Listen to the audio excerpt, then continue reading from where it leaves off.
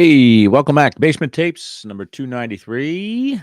Thanks for sticking with us, me, myself, and I, and of course, my Jetty Spaghetti All Black Yeti, comfortably ensconced in his dog bed guarding the I should say the 2022 through 2024 uh, baseball card boxes over there in the corner.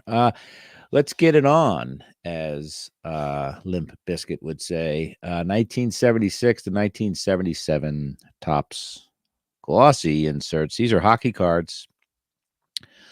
I have 7 of these. Let's check that. I have 8 of these cards in my collection. And fascinating little things. We had some football glossy cards early in the 70s.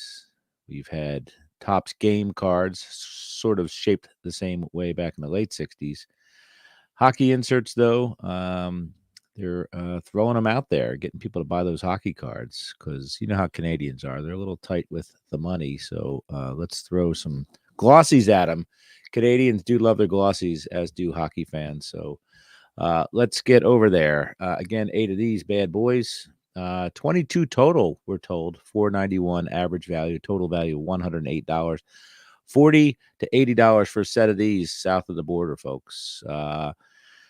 This 22 card insert set was issued with the 1976-77 Topps hockey card, but not with the OPG hockey cards, unlike the glossy insert produced jointly by Topps and OPG the next year. This set is very similar to, but much more difficult to find than the glossy insert set of the following year. The cards were printed in the United States. The rounded corner cards are approximately 2¼ by 3¼ inches. Take that, Canada.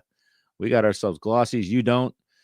Cross-border war, perhaps, once they find out that they didn't have access to these easily. Maybe let's just make sure that we are protected from the border of the North.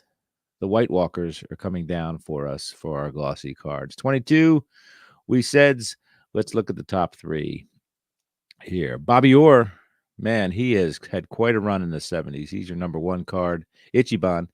Ken Dryden and Brian Trottier, and then there is Guy Lafleur, and nobody says Guy Lafleur like a mook with a Philadelphia accent. Let's get over to TCDB. There they are. Again, 22 of these. Checklist teams. The teams are the Bruins, Sabres, Blackhawks, Kings, Canadiens, Islanders, Rangers, Flyers, Penguins, and Maple Leafs. Anybody ever have the urge to say Penguin like they say Jaguar? Perhaps we can start that up here. Hall of Famers abound here. 17 out of 22. Clarkey, Brad Park, Tony Esposito, Marcel Dion, Ken Dryden, Phil Esposito, Daryl Sittler, Gilbert Perel, Dennis Potvin, Guy Lafleur, Bill Barber, John Boychuk, Brian Trottier, Guy Lapointe, Rod Gilbert, Bobby Orr, and Jean Vittel. So it's fun to say that stuff. It exercises muscles in your mouth that you don't normally use and utilize. So these are all inserts. So I clicked the insert button by accident. The packaging, we'll get to that when we go over the 76-77 Topps hockey set here in a bit. Here's the gallery. Bobby Clark, these are full bleeders. Rounded corners. Bobby Clark is number 1, the Broad Street Bully. Bobby Clark, Philadelphia Phillies center, number 1 of 22. 1976, Stops Chewing Gum, printed in USA. 1976, NHL Players Association. They look a lot like the back of the decal edges from 69. Let's whip that back design out every now and then. They've done that several times now with the football glossies. And, of course, this same sort of setup as the 68 game, et cetera, et cetera. And action shots, again, full bleed, no logos other than on the sweaters, as they say. It's just a player, a rink, and a facsimile autograph. Brad Park is number 2. He's racing towards the bench. I don't know whether he's running from trouble or running to the trouble. There's a Tony Esposito waffle board. If you like leather, this is a card for you. He's with the Blackhawks. Marcel Dion, he's with the Kings, and he's got himself a helmet on back then in the 70s. So kudos to him. Ken Dryde is at Glamour Shots, and as is Glenn Resch. He is also posted so much leather there that I can just smell it. It's like a Wilson's store at the mall. Phil Esposito is running around without a helmet. He's got a vertical signature there. And Rangers blue and red prominently displayed. Darryl Sittler, no helmet for him. He's getting ready to face off, or perhaps he's just a little winded. There's Gilbert Perot. He is at the face-off circle as well. One of the many face-off circles. I believe there's 25 face-off circles on an NHL ice rink. There's Dennis Potvin with the emerging New York Islanders. He's got a helmet on as well. Loud pipes save lives, they say. Gil Lafleur is running around there. He's just lounging, actually. Everybody else is running around. And Bill Barber, he's a Hall of Famer with the Flyers. Sile Ops. I don't know whether I got that right, but what did go right there is that uniform again, the Blue Penguins uniforms. Probably the best uniforms of the 70s. Way to go, abandoning them for the rather pedestrian look of the 80s and 90s. John Boychuk there, he's with the Boston Bruins. That's a classic uniform. Don't touch that at all. Brian Trottier is in all blue New York Islanders.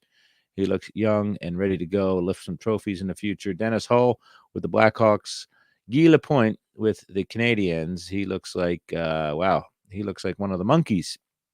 Hey, we're the Canadiens. Rod Gilbert, he's in the Rangers road unis. I don't know. I just made that up. That might be their home uniforms. Rick Martin, not the Ricky Martin, but this is the Buffalo version. And he looks a lot like Ponch's partner, John Baker, there on Chips with a mustache, though. So, and there's Bobby Orr caught between periods, perhaps, backstage in front of a blue wall.